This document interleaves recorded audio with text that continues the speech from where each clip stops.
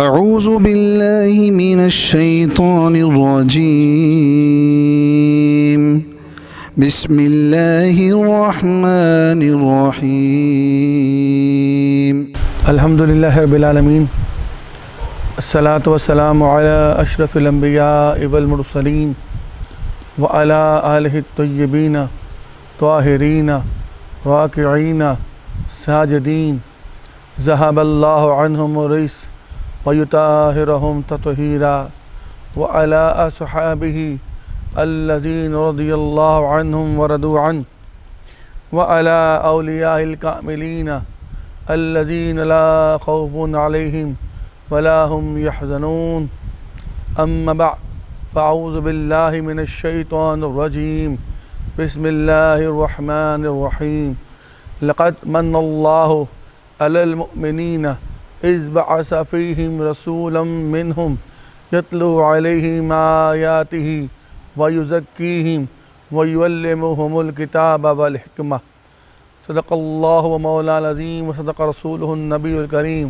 ونحن ولا ذالک من الشاہدین والشاکرین۔ حضرت گرامی قدر، ہماری سلسلہ گفتگو تصوف اور تصوف کا منہج صوفیہ یا تصوف کا نبوی منہاج، اس سے متعلق الحمدللہ گزشتہ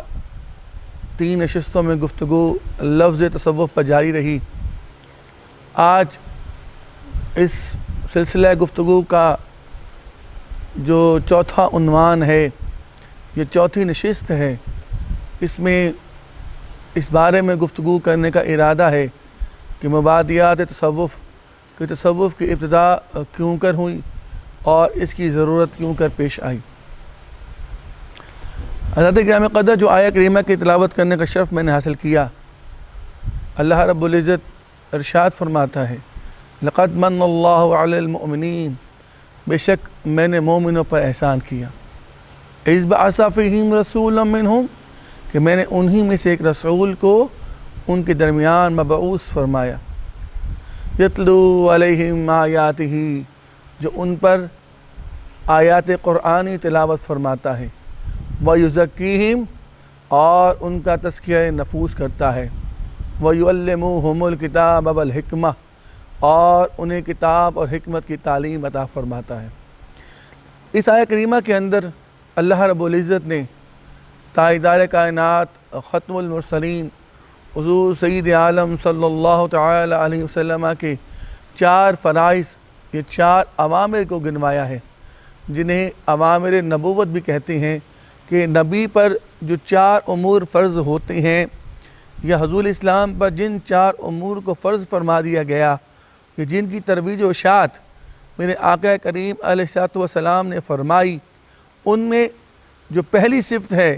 اللہ نے بیان فرمائی لقد من اللہ علی المؤمنین، کہ میں نے مومنوں پر احسان کر دیا۔ اور یہ احسان کا لفظ جو اللہ تعالیٰ نے فرما دیا، اس کے معنی بالکل واضح ہیں کہ مومنین پر اللہ تعالیٰ نے اپنی بے شمار نعمتیں عطا فرمائی، مگر جس نعمت پر خود خالق کائنات کو ناز ہوا کہ یہ میں نے کمال درجے کی نعمت انہیں عطا کر دی ہے، کہ ان کو شعور ہو یا نہ ہو شعور اس بات کا، لیکن یہ میرا احسان ہے اگر یہ جانیں اور سمجھیں کہ جو نعمت میں نے عطا کر دی، کہ کیا اذ بعث فیہم رسولا منہم یتلو علیہم آیاتہ،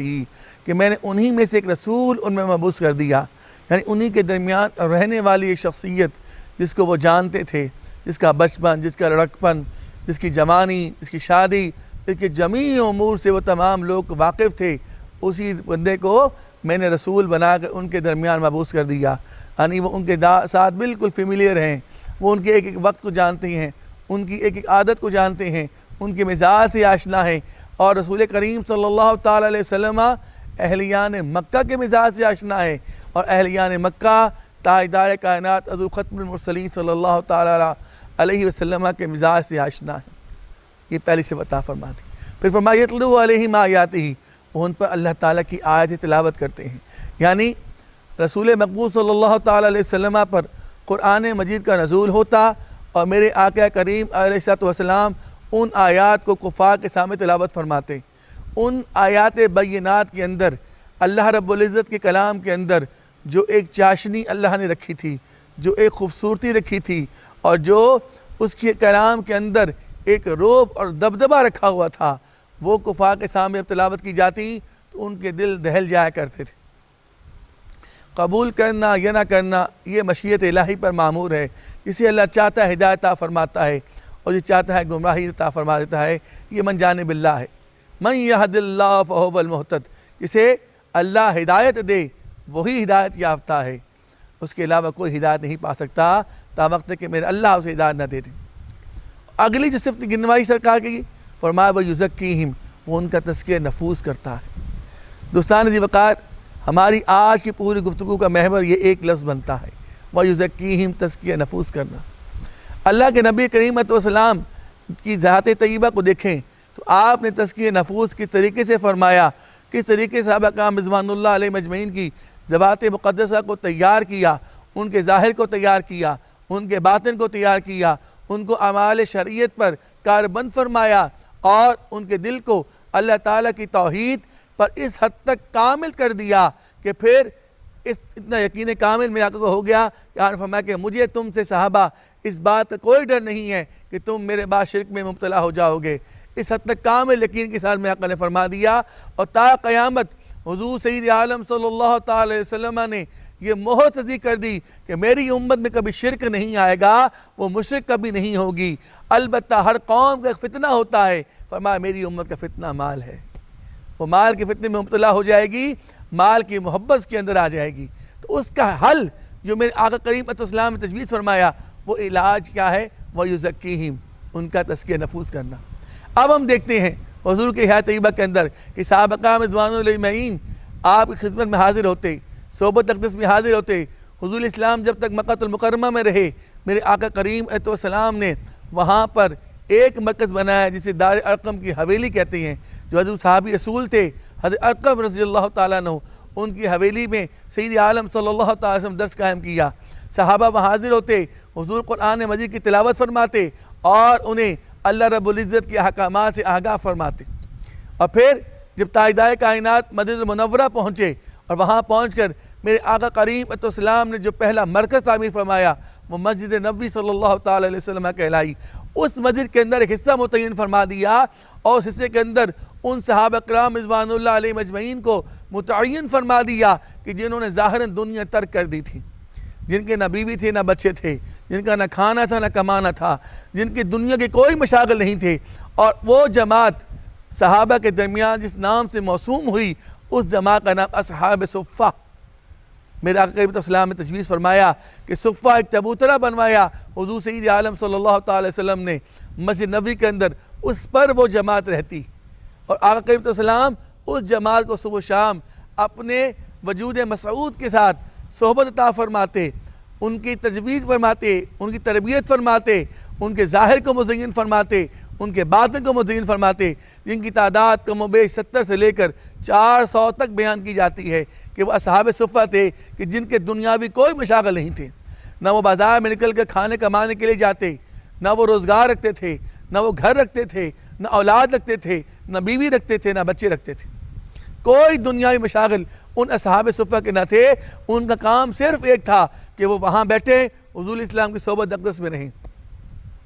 اب کیا تھا؟ اب حضور سید عالم صلی اللہ تعالی وسلم جب تشریف لاتے باہر، ان کے سامنے تلاوت قرآن مجید فرماتے، آیات بینات کی تفسیر فرماتے، اور جس معاملے میں وہ صحابہ کے نام الجھ جاتے، وہ بات کو پورے طریقے سے طے نہ کر پاتے، تو وہاں انظرنا کہتے، یا رسول اللہ انظرنا،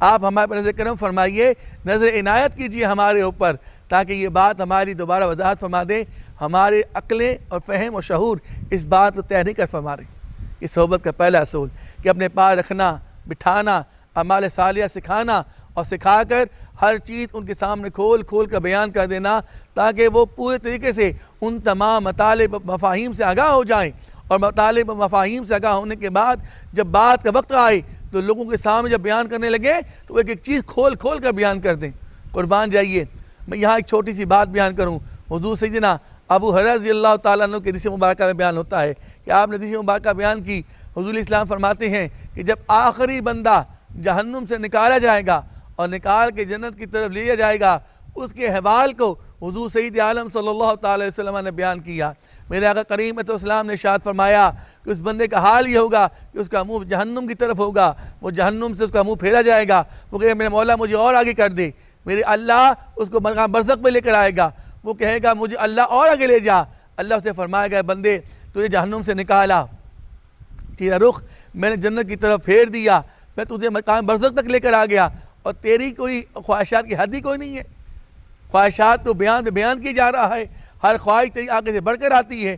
اس نے کہا میرے مولا تو مہربانی فرمانے والا ہے، تھوڑی اور مہربانی فرما دے۔ اللہ رب العزت اسے جنت کی اور قریب لے کے جائے گا، جہاں سے جنت کے نظارے اور واضح ہو جائیں گے، وہاں پر وہ کھڑا رہے گا کافی دیر تک، سوچتا رہے گا دل کے اندر، اس سے رہا نہیں جائے گا، وہ فرمائے گا میرے اللہ مجھے جنت میں اندر بھیج دے،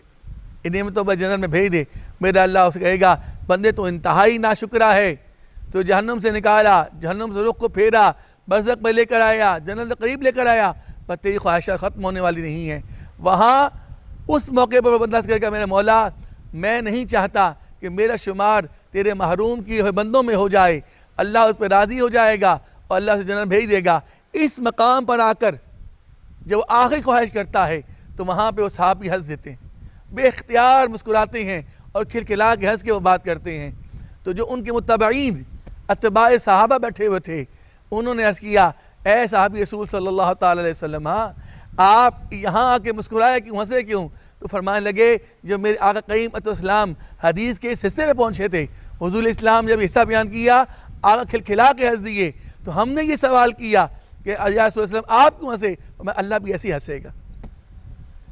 ایسی ہنسے گا۔ تو بتانے کا مقصد یہ ہے کہ حضور سید عالم صلی اللہ تعالی علیہ وسلم کی ایک ایک عادت کو بھی کرتے۔ وہاں پہ میرے آقا کریم ارشاد فرماتے کہ دنیا اللہ کے نزدیک سب سے رذیل ترین چیز ہے، اللہ کے لیے دنیا کی حیثیت ایک بکری کے مرے ہوئے بچے کے جتنی نہیں ہے، وہ حدیث میں بیان فرماتے۔ یہی تزکیہ نفوس ہے کہ دل سے اندر دنیا کی محبت کو کم کر دیا جائے، دنیا کی نعمتوں کو کم کر دیا جائے، آخرت کی محبت کو بڑھا دیا جائے، اسی کا نام تزکیہ نفوس ہوتا ہے۔ دوستو نماز تمام لوگ پڑھتے ہیں، پر نماز کے اندر کتنے لوگ ہیں جن کی نماز الصلاۃ و معراج المومن پہ جاتی ہے؟ یہ ایک مقام بیان فرمایا آقا کریم علیہ السلام نے کہ نماز اس حالت میں ہو کہ مقتدی جب نماز پڑھے اور نماز پڑھنے والا جب نماز مشغول ہو اس کی روح پرواز کرے، اور پرواز کر کے مال اعلیٰ تک جائے، وہ نظارے اس کو حالت نماز میں عطا ہوں۔ یہ فرمایا میرے آقا کریم علیہ السلام نے۔ یہ بھی حضور کی حدیث ہے الاحسان ان تعبد اللہ کانک تراہ فان لم تکن تراہ فانہ یراک۔ احسان یہ ہے تو خدا کی عبادت اس طرح کر گویا تو اللہ کو دیکھ رہا ہے، یہ نہیں تو کم بیشی حال تو حاصل کر لے کہ خدا تجھے دیکھ رہا ہے۔ یہی تزکیہ نفوس ہے میرے دوستوں، اسی کا نام تزکیہ ہے کہ دل کے اندر اللہ کی محبت اور اللہ تعالیٰ کی حضوری کو راسخ کر دینا، اور یہ خیال غالب کر دینا کہ اللہ اسے دیکھ رہا ہے۔ جب تک یہ خیال غالب نہ آئے تو جان لیجیے اس کی نماز نہیں ہو سکتی۔ ہمارے لوگ نماز پڑھتے ہیں، نماز وساوس کے شکار ہوتے ہیں۔ دنیا کا قاعدہ ہے اگر نماز کے واجبات رہ جائیں گے، سنن رہ جائیں گے، مستحبات رہ جائیں گے، فرائض رہ جائیں گے، نماز کے اندر کوئی کمی بیشی آ گئی، آپ عالم کے پاس جاؤ گے، عالم سے سوال کرو گے، عالم سے کہو گے کہ میرے مستحبات کتنے ہیں، سنن کتنی ہیں، نوافل کتنے ہیں، فرائض کتنی ہیں، نماز کے اندر کون سی چیزیں ہیں جو نواقص میں آتی ہیں، نماز توڑنے کا سبب بنتی ہیں، یہ سارے کے سارے اوامر آپ کو عالم بتائے گا۔ مگر آپ نماز وسوسے میں مبتلا ہوتے ہیں، نماز میں اپنے گھریلو امور طے کر رہے ہوتے ہیں، نماز میں آپ حساب و کتاب کر رہے ہوتے ہیں، اس معاملے کون طے کرے گا؟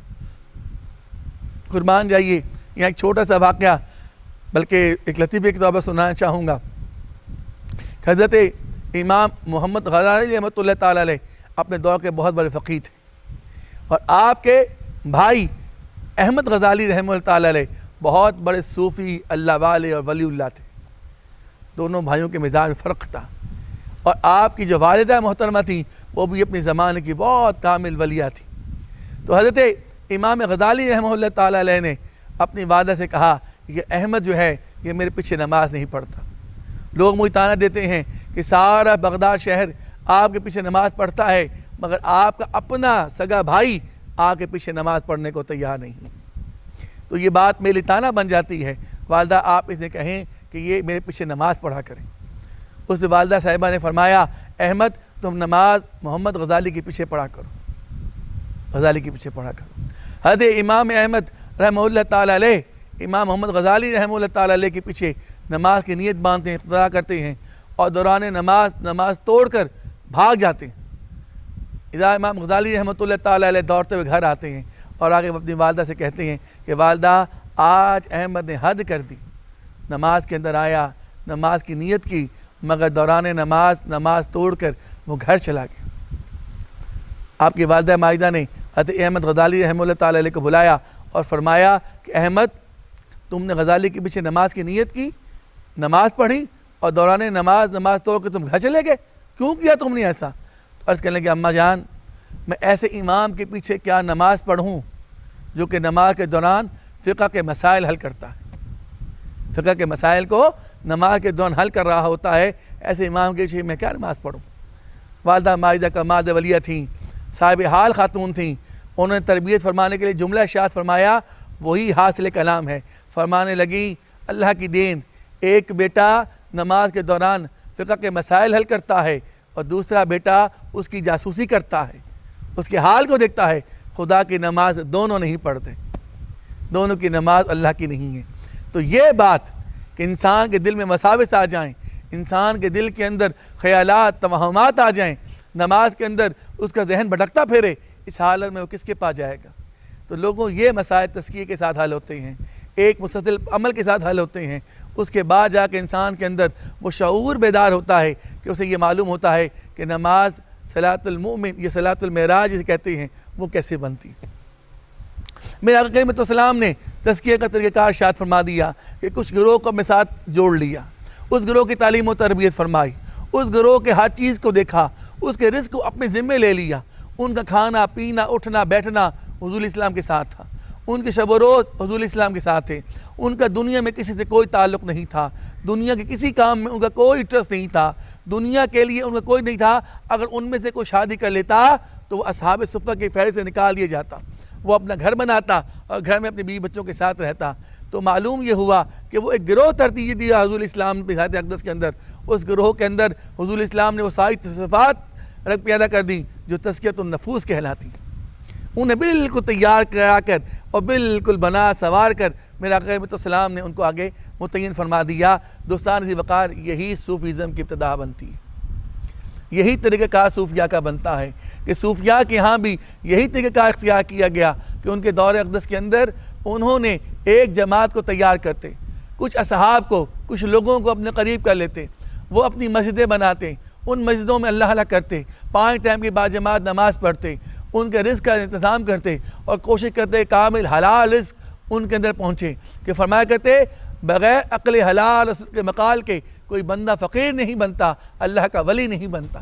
یہ تعلیم و تربیت فرماتے، ان کی شب و روز ان کی بالکل سگیری کرتے، جاسوسی کرتے، ان کے ظاہر کی، ان کے باطن کی، ان کے وساوس کی۔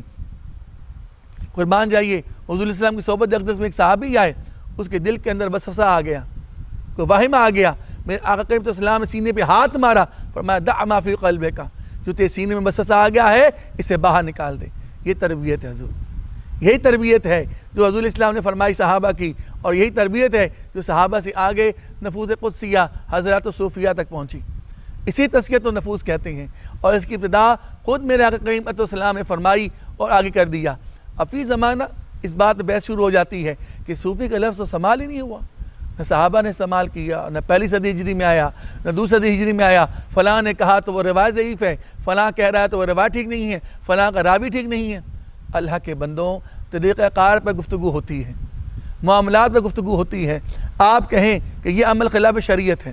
یہ عمل خلاف سنت رسول صلی اللہ تعالی وسلم ہے، اس عمل کی میرے آقا کرام نے مناہی فرمائی ہے، حضور اسلام کے صریحاً الفاظ ملتے ہیں کہ جو بندہ یہ کام کرے وہ کام دین سے خارج کر دیتا ہے، اس کو صریحاً واضح الفاظ موجود ہوں، آپ وہ بیان کریں۔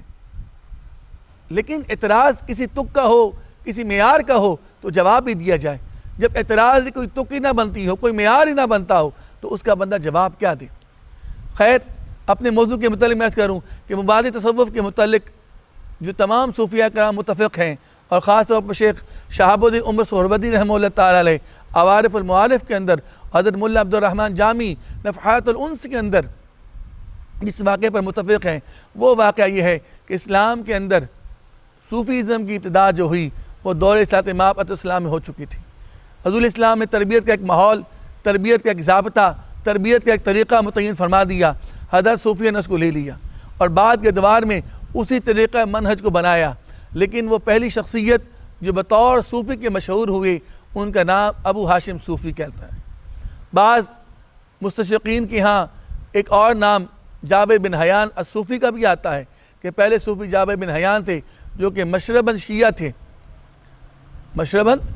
تھے، اور ان کے متعلق بھی آتا ہے کہ وہ بھی صوفیزم میں قائل تھے، ان کو بھی صوفی کہتے ہیں۔ مگر زیادہ تر رائے جس پر اولیاء کرام متفق ہیں اور صلحاء اعظام متفق ہیں، کتاب العلماء کے اندر ابو نصر سراج طوسی رحمہ اللہ تعالیٰ علیہ، اور اس کے بعد حضرت شیخ شہاب الدین مرفردی رحمۃ اللہ علیہ، ملا عبد الرحمن رحمۃ اللہ علیہ، اور صالح قشیری کے اندر حضرت ابو القاسم قشیری رحمہ اللہ تعالیٰ علیہ، یہ تمام کبار جو متصوفین ہیں، اولیاء اعظام ہیں، ان کا اتفاق جس بات پر ہوا ہے وہ یہ کہ پہلے صوفی جو اسلام میں ہوئے، یہ جو صوفی جنہوں نے خانقاہ بنائی اور خانقاہ نظام کو متعارف کروایا، وہ ابو ہاشم صوفی تھے۔ شام کے اندر رم اللہ کے علاقے کے اندر انہوں نے ایک خانقاہ کی بنیاد رکھی۔ ایک بڑا خوبصورت واقعہ ہے کہ ایک شخص گزرا، اس نے دو لوگوں کو باہم ملتے ہوئے دیکھا،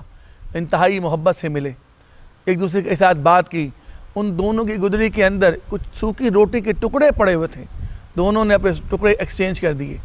ایک دوسرے کو دیے، دونوں ٹکڑے کھائے۔ پھر کچھ دیر معرفت انگیز گفتگو فرمائی، اور گفتگو فرمانے کے بعد گلے لگے، اور پھر ایک طرف دائیں طرف چلا گیا، ایک بائیں طرف چلا گیا۔ وہ دوڑا گیا، اس نے ایک شخص کا ہاتھ پکڑ لیا اور پکڑے کہنے لگا، اس بندے تم نے ملاقات کی ہے، یہ بندہ کون ہے؟ وہ فرمانے لگے میں اس کو نہیں جانتا۔ کہا یہ آیا کہاں سے ہے؟ فرمایا میں یہ بھی نہیں جانتا۔ تو کہا یہ باہم محبت کیسی؟ ایک بندے کو تم جانتے نہیں ہو، اس سے تمہاری ملاقات نہیں ہے، اس کے نام تک سے واقف نہیں، اس کے مقام تک سے واقف نہیں، سفر کی غایت سے واقف نہیں، کسی بات سے تمہاری آگاہی نہیں ہے، مگر اس کے باوجود تم انتہائی محبت کے ساتھ باہم مل رہے ہو، ملاقات کر رہے ہو، اس کی وجہ کیا بنتی ہے؟ تو قربانی نے فرمایا کہ یہ ہمارا طریق ہے، یہ ہمارا سلوک ہے۔ ہم جب باہم ملتے ہیں تو ہم اس کی ذات سے تعلق نہیں رکھتے،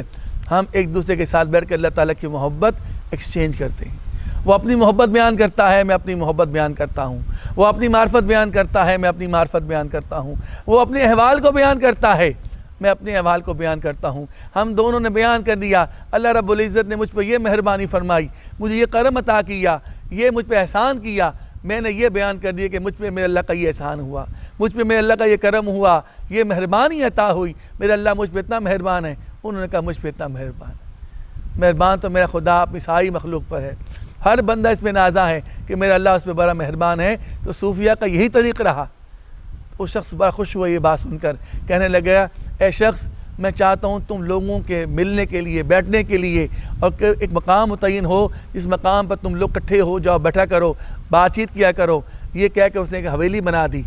اس حویلی کے اندر ایک مکان بنا دیا، اس مکان کے اندر حضرت ابو ہاشم صوفی رحمہ اللہ تعالیٰ علیہ کو دے دیا، جن کے متعلق کہتے ہیں کہ 180 ہجری کم و بیش یا اس کے بعد کا واقعہ بیان کرتے ہیں کہ وہ پہلی صوفی خانقاہ جو ہے وجود میں آئی، جہاں سیدنا ابو ہاشم صوفی رحمہ اللہ تعالیٰ نے قیام کیا۔ ابو ہاشم صوفی رحمۃ اللہ تعالیٰ علیہ کے پاس اپنے زمانے کے بڑے بڑے علماء کا جانا تھا، جن میں سے ایک نام اس پر کثرت سے صوفیہ اعظام متفق ہیں، اپنی کتابوں میں نام بیان کرتے ہیں اور ان کو صوفی گردانتے ہیں۔ وہ حضرت سیدنا سفیان ثوری رحمہ اللہ تعالیٰ علیہ، جو امام سفیان ثوری رحمۃ اللہ تعالیٰ کے نام سے عنوان ہیں، اور جن کے درجہ حدیث مبارکہ میں امیر المؤمنین فی الحدیث ہیں، اور جن کا یہ واقعہ میں بیان ضرور کروں گا کہ اس سے مجھے انتہائی حظ ہوتا ہے۔ انہوں نے اپنے بیٹے کو نصیحت کی، اپنے بیٹے سے گفتگو کرواتے ہوئے فرمایا اے میرے بیٹے، جب تو احادیث نبویہ پڑھا کر، حضور اسلام کے اقوال پڑھا کر، آقا علیہ السلام کے اقوال پڑھنے کے بعد تو ان پر غور کیا کر، اور پھر اپنی قلبی کیفیت پہ غور کیا کر۔ اگر حدیث مبارکہ کا اثر تیرے دل پر ہو، تیرے دل میں ایک رقت پیدا ہو، ایک حال پیدا ہو، ایک تبدیلی پیدا ہو، تیرے دل کے اندر، تیرے حال کے اندر ایک تغیر، تبدل پیدا ہونا شروع ہو جائے، تو جان لے کہ تیرا علم تجھے نفع دے رہا ہے۔ اور اگر تیرے اندر کوئی تبدیلی واقع نہیں ہوتی، تیرے حال میں، تیری کیفیت میں، تیرے باطن میں کسی قسم کا کوئی حال نہیں بدلتا، تو جان لے تیرا علم تجھے نقصان دے رہا ہے۔ یہ ہے سیدنا امام سفیان الثوری رحمہ اللہ تعالیٰ علیہ، جن کا تذکرہ حضرت فرید الدین عطار رحمہ اللہ تعالیٰ علیہ نے تذکرۃ الاولیاء میں کیا،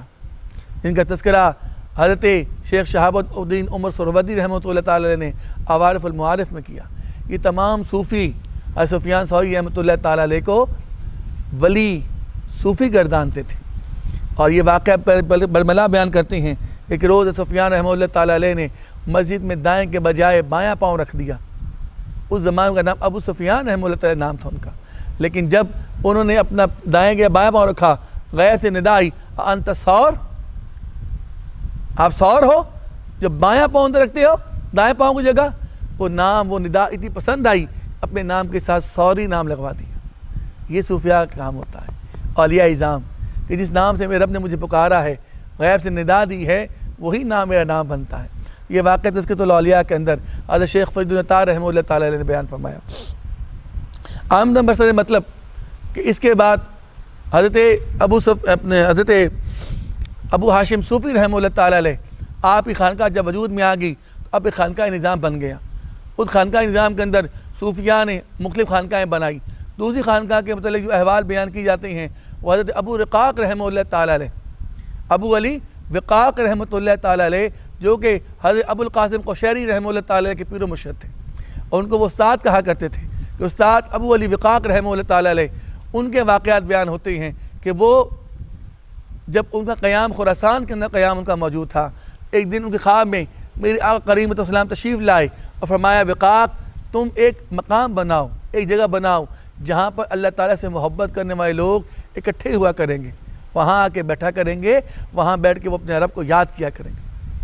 اور یہ وہ خانقاہ تھی جس خانقاہ کے اندر اپنے زمانے کے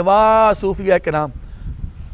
اولیاء اعظام نے اس خانقاہ کے اندر تربیت پائی۔ ان میں ایک بہت بڑا نام حضرت ابو سعید ابو الخیر رحمہ اللہ تعالیٰ علیہ کا نام آتا ہے، ان کے بھی وہاں قیام رہا۔ تو یہ خانقاہ نظام ابو ہاشم صوفی رحمۃ اللہ تعالیٰ کے ساتھ ہوا۔ جب اگلے ادوار آئے تمام علوم مدون ہونا شروع ہو گئے، ان کی کتابیں بن گئیں، ان کی اصطلاحات بن گئیں۔ اس دور کے اندر صوفیاء کرام رحمہ اللہ تعالیٰ نے بھی چاہا کہ ان کے بھی تمام علوم ایک مدون صورت میں سامنے آ جائیں، ان کے نظریات، ان کے خیالات، ان کی اصطلاحات، ان کے حال، انہوں نے اس کے لیے کچھ اصطلاحات وضع کر دیں۔ اور اس سلسلے کی جو پہلی کڑی جو کہ منصر شہود پر آئی وہ کتاب الزہد، جو کہ حضرت عبداللہ ابن مبارک رحمہ اللہ تعالیٰ نے تصنیف فرمائی، جو خود امیر المومنین فی الحدیث تھے، اور اس میں زہد سے متعلق روایات اور مختلف قسم کے احوال بیان کر دیے۔ اور اس کے بعد جو کتاب سب سے قدیم ترین کتاب کہلائی وہ کتاب اللمع فی التصوف طؤوس الفقراء، حضرت ابو نصر طوسی رحمۃ اللہ رقم فرمائی، اور اس کے جو رقم کرنے کا وقت آتا ہے وہ 378 ہجری آتا ہے،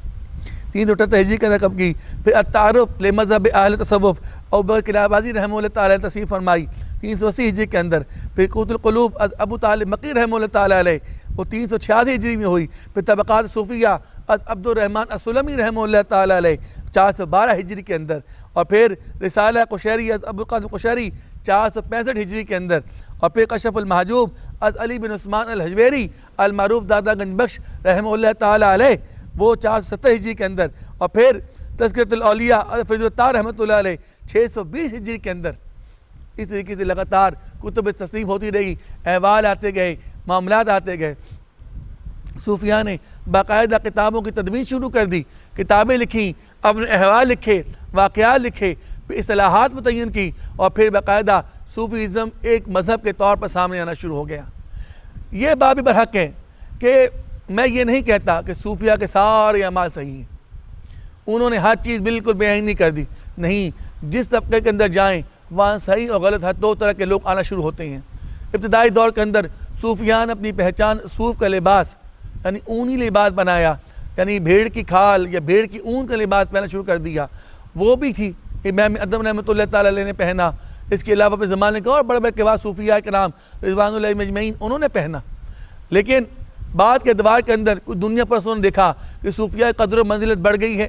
بہت سے جو بڑے بڑے رؤساء ہیں وہ ان کے حضور آ کے بیٹھتے ہیں، نذرانے پیش کرتے ہیں، دنیا پیش کرتے ہیں، بڑی بڑی حویلیاں بن جاتی ہیں، خانقاہیں بن جاتی ہیں، لوگوں کا ازدحام آتا ہے، دعا کرانے کے لوگ آتے ہیں۔ یہ بھی اللہ تعالیٰ کی طرف سے ایک عجیب و غریب احوال ہے کہ جس بندے کے پاس خود دنیا نہیں ہے، دنیا کی کوئی چیز نہ وہ اپنے گھر میں رکھتا ہے، نہ وہ اپنے دل میں رکھتا ہے، نہ اپنے خیال میں رکھتا ہے، اس بندے کے پاس دنیا لینے کے لیے دنیا دار جایا کرتے، دنیا کے مسائل، دنیا کی بادشاہتیں، دنیا کی حکومتیں۔ خوبصورت ان واقعات میں آتا ہے، کہتے تھے سرکار ازود الانبیاء ابا فر مسعود گنج شکر رحمہ اللہ تعالیٰ علیہ اپنے حجرے کے اندر تشریف فرماتے، آپ نے دہلی شہر چھوڑ دیا جو مرکز تھا۔ آپ کے شیخ حضرت شیخ قطب بختیار کاکی رحمہ اللہ تعالیٰ علیہ، جن کے خود بادشاہ وقت شمس الدین التمش مرید تھا، اور وہ خانقاہ کا بہت بڑا غلام تھا، خانقاہ کے لیے خدمات میں حاضر رہا کرتا تھا، اس خانقاہ کو حضرت فرید الدین رحمۃ اللہ تعالیٰ علیہ نے چھوڑ دیا۔ سرکار بابا فرید مسعود گنج شکر رحمۃ اللہ علیہ دلی خیر خانقاہ چھوڑ کے سب کچھ چھوڑ جا کے یہاں پاک پتن شریف میں تشریف فرما ہوئے، جو اس زمانے میں بالکل ایک قسم کا جنگل تھا جہاں آبادی کو نام و نشان زیادہ نہیں تھا، اور ایک پہاڑ کے اوپر چھوٹی خانقاہ بنا دیا اپنی یہاں۔ اس کے باوجود بھی دیدی شہر کے علماء، عرفاء،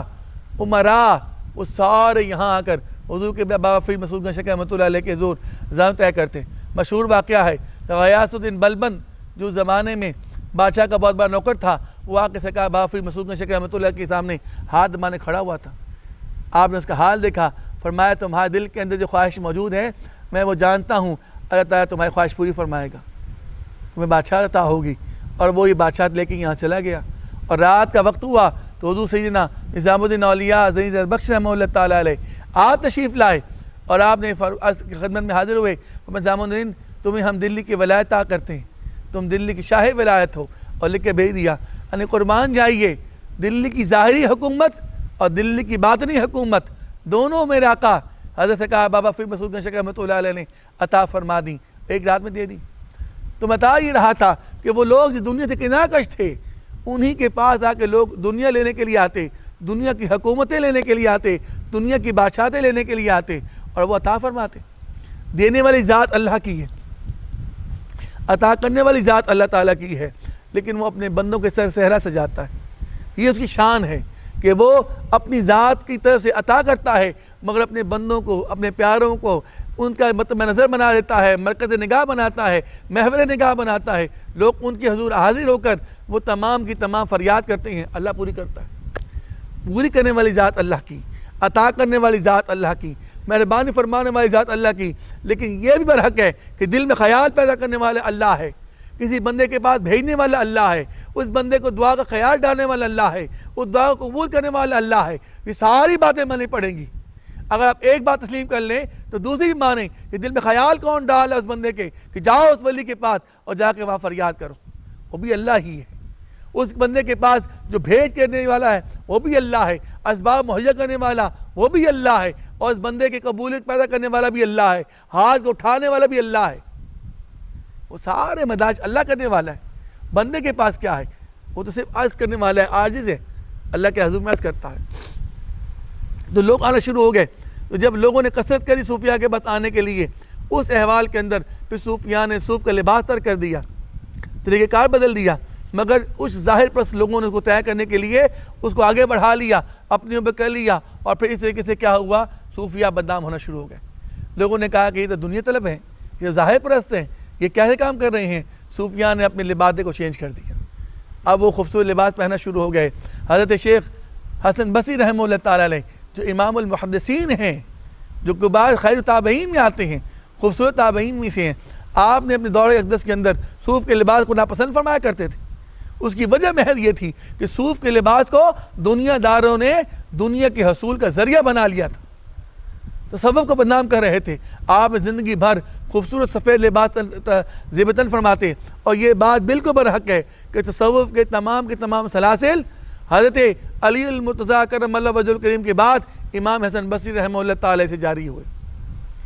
وہ امام الاولیاء ہوئے، اور اس کے بعد ولایت تمام چاند آنگیں پھیل گئی۔ ہر سلسلہ جو بھی تصوف کا ہے وہ اپنی انتہا حضرت امام حسن بصری رحمہ اللہ تعالی سے جوڑتا ہے، اور وہیں سے وہ برکات پاتا ہے۔ وہ صوف کا لباس نہیں پہنتے تھے، لیکن ان کے متعلق یہ بات واضح ہے کہ انہوں نے اپنے دور میں صوفی کو دیکھا جو بیت اللہ شریف کا طواف کر رہا تھا، تو آپ اس کے پاس گئے، فرمانے لگے کہ میرے پاس کچھ رقم موجود ہے، تم مجھ سے لے لو، تمہارے کام آئے گی۔ اس نے عرض کیا حضور مجھے اس کی ضرورت نہیں ہے، مجھے اس کی حاجت نہیں ہے، میرے پاس 4 دوانیق موجود ہیں، کچھ رقم ہے، اس سے میرا گزارا ہو جائے گا۔ وجہ کیا تھی؟ امام حسن بصری رحمہ اللہ تعالیٰ علیہ کو اس کی وہ محبت، اس کی گریہ وزاری، اس کا بیت اللہ شریف میں کھڑے ہونا، طواف کا انداز، اللہ تعالیٰ کے حضور میں حاضر ہو کر فریاد کرنا پسند آیا، اور اس چیز کو دیکھ کے فرمایا کہ میں اس کے لیے کچھ کروں۔ غیر سے خیال دل میں آیا، انہوں نے کرنے کے لیے اپنی جیب سے، اپنے خاص الخاص سے، امام حسن بصری رحمہ اللہ تعالیٰ علیہ کو رؤساء میں سے نہیں تھے، امراء میں سے نہیں تھے، مگر دل چاہ کہ میں کچھ دے دوں، اس کو عطا کر دوں، لیکن انہوں نے کہا کرنے کا حضور مجھ کی حاجت نہیں ہے۔ وہ یقیناً بالیقیناً انہوں نے کہا بس سرکار دینا ہے تو دعا دو، دیتے ہو تو نگاہ دو، دیتے ہو تو اللہ تعالیٰ کی بارگاہ میں عرض کرو کہ میرا جو ہے یہ دل جس کی محبت میں فریفتہ ہے یہ اور فریفتہ ہو جائے۔ جسے حضرت ہمیں خود فرمایا، اے دعا دینے والے یہ دعا مجھے آوارہ کنویں بتاں آوارہ تر بادا، یار کی گلی کے آوارہ ہیں وہ اور آوارہ ہو جائے، یار کی گلی میں فریفتہ ہو جائے، اس کے علاوہ کوئی اور دعا کی حاجت نہیں ہے۔ تو پھر جب صوفیہ کا نظام بننا شروع ہو گیا، خانقاہیں بننا شروع ہو گئیں، اور پھر یہ خانقاہیں چلنا شروع ہو گئیں، تو پھر ہر صدی کے اندر صوفیہ نے کتابیں مرتب کی۔ ہندوستان کے اندر جو پہلی کتاب لکھی گئی وہ کشف المحجوب، دادا گنج بخش علی حجویری رحمۃ اللہ نے تحریر فرمائی۔ اس کے علاوہ پھر بعد کے ادوار کے اندر پھر ملفوظات آئے، ان میں اولیاء کرام کی گفتگو جو وہ اپنے مریدوں سے کرتے تھے وہ آنا شروع ہو گئیں۔ لیکن اس کے علاوہ یہ مفسر بھی ہوئے۔ حضرت سہیل بن عبداللہ تستری رحمۃ اللہ تعالیٰ علیہ نے پہلی تفسیر جو تھی تصوف کے اندر وہ تحریر فرما دی۔ حضرت ذنون مصری رحمہ اللہ تعالیٰ علیہ وہ پہلے صوفی تھے جنہوں نے معرفت کو باقاعدہ موضوع کے طور پر استعمال فرما دیا۔ حضرت رابعہ بصری رحمہ اللہ تعالیٰ علیہ آپ وہ پہلی صوفیہ خاتون ولیہ تھیں جنہوں نے تصوف کا بنیادی جز محبت کو قرار دے دیا۔ یہ سارے کے سارے صوفیہ ہوئے، انہوں نے مختلف مضامین کو تصوف میں رائج کیا، معرفت آئی، محبت آئی، تلوین، تکوین، صحف، سکر، اصطلاحات بننا شروع ہو گئیں، اور پھر کتابیں مرتب ہوئیں۔ ان کتابوں کے اندر صوفیہ نظریات لکھے اور اپنے ہر نظریے کو قرآن و حدیث سے ثابت کیا۔ کسی نے بھی اپنے نظریے کو بغیر قرآن و حدیث کے سامنے بیان نہیں کیا، اور صوفیہ نے یہ بات برملا کہیں۔ ایک صوفی کے متعلق واقعہ بیان کیا جاتا ہے، آپ فرمانے لگے کہ بارہا میرے دل کے اندر مختلف قسم کے خیالات وارد ہوتے ہیں، مگر جب تک میں ان پہ دو گواہ نہیں بنا لیتا میں ان خیالات پہ اپنا ایمان لے کے نہیں آتا۔ ایک قرآن اور ایک سنت، جو قرآن و سنت کے مطابق ہے وہ کشف صحیح ہے، اور جو قرآن و سنت سے ہٹ کر ہے وہ کشف صحیح نہیں ہے۔ اور یہاں سب سے خوبصورت واقعہ شیخ عبد القادر جیلانی رحمہ اللہ تعالیٰ علیہ کا، کہ جب عبادت ذوق میں مصروف تھے، عبادت کے دوران نور نظر آیا، نور سے آواز آئی کہ جا عبد القادر ہمیں تمہاری نمازیں معاف کر دیں۔ دل میں خیال آیا کہ نماز تو سید عالم صلی اللہ علیہ وسلم کی معاف نہیں ہوئی، میری کہاں سے معاف ہوگی؟ خیال آنے کی دیر جی لاہور پڑی، وہ شیطان نکل گیا اور اسے پھر حملہ کر دیا، کہنے عبد القادر تجھے تیرے علم نے بچا لیا۔ فرمایا مردود پھر حملہ کرتا ہے، مجھے میرے علم نے نہیں، مجھے میرے اللہ نے بچایا ہے، میں اللہ نے فضل فرمایا ہے کہ میں بچ گیا۔ علم کی حیثیت اللہ کے سامنے، اللہ بچانے والا ہے، اللہ کے سوا کوئی بچانے والا نہیں۔ یہ نصیحت آج کے تمام ان ڈالڈا پیروں کے لیے، ان ظاہر پرست فقیروں کے لیے، ان نس پرست ملنگوں کے لیے کہ جنہوں نے نس پرستی کے لیے شریعت کو ترک کر دیا، تصوف کو ترک کر دیا، حقیقت تصوف کر دیا۔ میں دوستوں یہ برملا میں کہہ رہا ہوں، یہ چٹا دھاری ملنگ، یہ منکے پہننے والے، یہ ہرے لباس پہننے والے، یہ بھنگ پینے والے، یہ چرس پینے والے، یہ نمازوں کو ترک کرنے والے، اور یہ دمال ڈالنے والے، رقص کرنے والے، سرور کرنے والے، ان کا طریقہ سے کوئی تعلق نہیں ہے۔ یہ راندہ درگاہ لوگ ہیں، ان کی کوئی منزل نہیں ہے، کوئی مقام نہیں ہے ان کا۔ فقیر وہ ہوگا جو کامل متبع سنت ہوگا، جو حضور اسلام کی سنت کو ہمیشہ حرز جاں بنا کے رکھے گا، اور جو حضور کی سنت کا تارک ہوگا، حضور کی شریعت کا تارک ہوگا، جان لو صوفی ہرگز نہیں ہو سکتا۔ صوفی تو بنے اس لیے تھے کہ وہ حضور کی ایک حدیث بھی ہو جو ان کے علم میں ہو، وہ ان کی حرز جاں ہو، ان کے وجود کے اندر موجود ہو، دیکھنے والا ان سے احادیث صحیحہ کو عملی طور پر دیکھے، علماء سے سنے، صوفیہ میں دیکھے اور آگے دیکھ کے بڑھے۔ جس کے اندر یہ موجود نہیں ہے جہاں صوفیزم نہیں ہے۔ اس لیے بتا رہا ہوں لوگوں کہ آج کل کے لوگ ان ظاہر پرست ڈھگوسلے قسم کے لوگوں کو دیکھ کر صوفیہ پہ انگلی بلند کرتے ہیں، انگشت تان بلند کرتے ہیں۔ میں ان کو بتا دینا چاہتا ہوں ان کا کوئی تعلق فقر سے نہیں ہے، تصوف سے نہیں ہے۔ یہ دھمال ڈالنا، بڑے بڑے ڈھول بجانا، اس ڈھول کے اوپر رقص کرنا، گھنگرو باندھنا، چٹا دھاری بال بڑھا لینا، نہانا نہیں، الٹی سیدھی حرکتیں کرنا عورتوں سے بے محابہ ملنا، ملاقات کرنا، یہ سب کے سب حرام ہے، قطعاً حرام ہے یہ. اس کی کوئی گنجائش نہ شریعت محمدیہ صلی اللہ تعالی وسلم نے ہے، نہ طریقت محمدیہ صلی اللہ تعالی وسلم میں ہے. جو طریقت و سلوک صوفیاء کرام تک حضور اسلام سے پہنچا اور حضور اسلام کی ذات بابرکات سے صحابہ تابعین، اتباع تابعین، اولیاء کاملین صلحاء سے ہوتا ہوا اس خاکسار تک پہنچا ہے، اس تصوف میں، اس طریقت کے اندر، اس سلوک کے اندر ان تمام چیزوں کوئی گنجائش موجود نہیں ہے. یہ نہ فقر ہے، نہ تصوف ہے، نہ حقیقت ہے، نہ معرفت ہے، نہ محبت الہیہ ہے، نہ قربت الہیہ ہے. اس سے کوئی حاصل نہیں ہو سکتا. صحیح فقیر وہ ہوگا، اللہ والا وہ ہوگا جو کامل متبع سنت ہوگا. میرے والد گرامی حضور قبلہ پیر ممتاز احمد شاہ قادری صاحب رحمہ اللہ تعالی آپ برملا اعلان فرماتے، آپ فرماتے جان لو فقیر وہ ہے جو کامل متبع سنت ہے. سنت کا اسے اظہار ہوتا ہے، سنت اسے از خود جاری ہوتی ہے. جو سنت کا تارک ہے جان لو وہ ہرگز کامل صوفی نہیں ہو سکتا. کامل تو وہ ہے کہ جو حضور صلی اللہ علیہ وسلم سنتوں سے ایسے پیار کرے جیسے زندگی سے پیار کرتا ہے. وہ زندگی سے بڑھ کر سنتوں کا حریص ہو، وہ صوفی ہے، وہ کامل ہے، وہ اللہ والا ہے. اور جو سنتوں کا تارک ہو جان لو وہ قطعاً اللہ والا نہیں ہو سکتا، قطعاً اللہ والا نہیں ہوگا. یہاں پر ان لوگوں کے ظاہر کے اعمال کو لے کر آپ ان کو بنیاد بنا لیں، ان پہ ویڈیوز بنا لیں، ان پہ میموز بنا لیں، اور بنانے کے بعد ان ویڈیوز کو آ کے صحیح سستہ فقراء پہ چسپاں کر دیں. یہ کیا ہے؟ جو لوگ خلاف شریعت عمل کرتے ہیں وہ خود ذمہ دار ہیں، صوفی اس کا ذمہ دار قطعاً نہیں ہے. یہاں خانقاہ اہل صابریہ کے اندر الحمدللہ سنتوں کا اہتمام ہوتا ہے. المرکز صابریہ پاک شریف کے اندر ہماری کامل کوشش یہ ہوتی ہے کہ یہاں کامل متبع سنت طریقہ کار کو رائج کیا جائے. میرے والد گرامی قبلہ پیر ممتاز احمد شاہ رحمۃ اللہ تعالی علیہ نے آخری وقت تک، جبکہ آپ کی دونوں ٹانگیں انتہائی سوجی ہوئی تھیں، کبھی آپ کی صلاۃ تراویح قضا نہیں ہوئی، کبھی تہجد قضا نہیں ہوئے، کبھی نماز قضا نہیں ہوئی، کبھی درود شریف قضا نہیں ہوا. کامل 70 برس کی عمر تک میں نے اپنی ہوش و آواز کی 40 سال دیکھے ہیں کہ میرے والد گرامی قبلہ صاحب کے کبھی کوئی نماز قضا نہیں ہوتی تھی. وہ نماز کے اولین وقت اہتمام کرنے والے تھے. وہ مسجد کے اندر باجماعت نماز پڑھنے کو زیادہ فوقیت دیتے تھے، زیادہ پسند فرمایا کرتے تھے. دونوں ٹانگیں سوجی ہوئی تھیں، چلنا پھرنا دوبر تھا، اس کے باوجود بھی گھر سے پیدل چل کر انتہائی دقت کے ساتھ مسجد میں آتے، اور جب آنے قابل نہ رہے تو اسکوٹر رکھ لیا، اسکوٹر پر بیٹھ کے مسجد میں آتے، نماز پڑھتے اور دیر تک مسجد کے اندر بیٹھتے. یہ فقر ہے اور حاصل فقر ہے. جو اس کو نہیں سمجھتا اس کی بات ہے. تو دوستو تاریخ کے میں بیان کر دوں، یہ چند اوراق تاریخ کے بیان کیے، کچھ سلوک کے اوراق بیان کر دیے. مقصد محض یہی ہے کہ لوگوں تک یہ صحیح بات پہنچ جائے کہ فقر کیا ہے، فقیر کیا ہے، اولیائی کیا ہے، صلحائی کیا ہے. جان لو یہ سارا کا سارا اتباع سنت کا نام ہے. یہ میری نصیحت ہر بندہ جس تک پہنچے وہ یہ بات جان لے. جو اس راستے پر چلنا چاہتا ہے، جو فقر کا راستہ اختیار کرنا چاہتا ہے، فقیری میں چلنا چاہتا ہے، اس کے لیے لازم و ملزوم ہے کہ وہ پہلے علم پڑھے، اوامر شریعت پڑھے، شریعت کے نواہی پڑھے، سلوک کے منازل پڑھے. کتاب العلومہ کے اندر سالک کے لیے جو پہلا کام حضرت ابو نصرۃ فی رحمۃ اللہ لکھا، انہوں نے فرمایا کہ سالک کے لیے ضروری ہے کہ اس کو تمام شریعت کا علم ہو،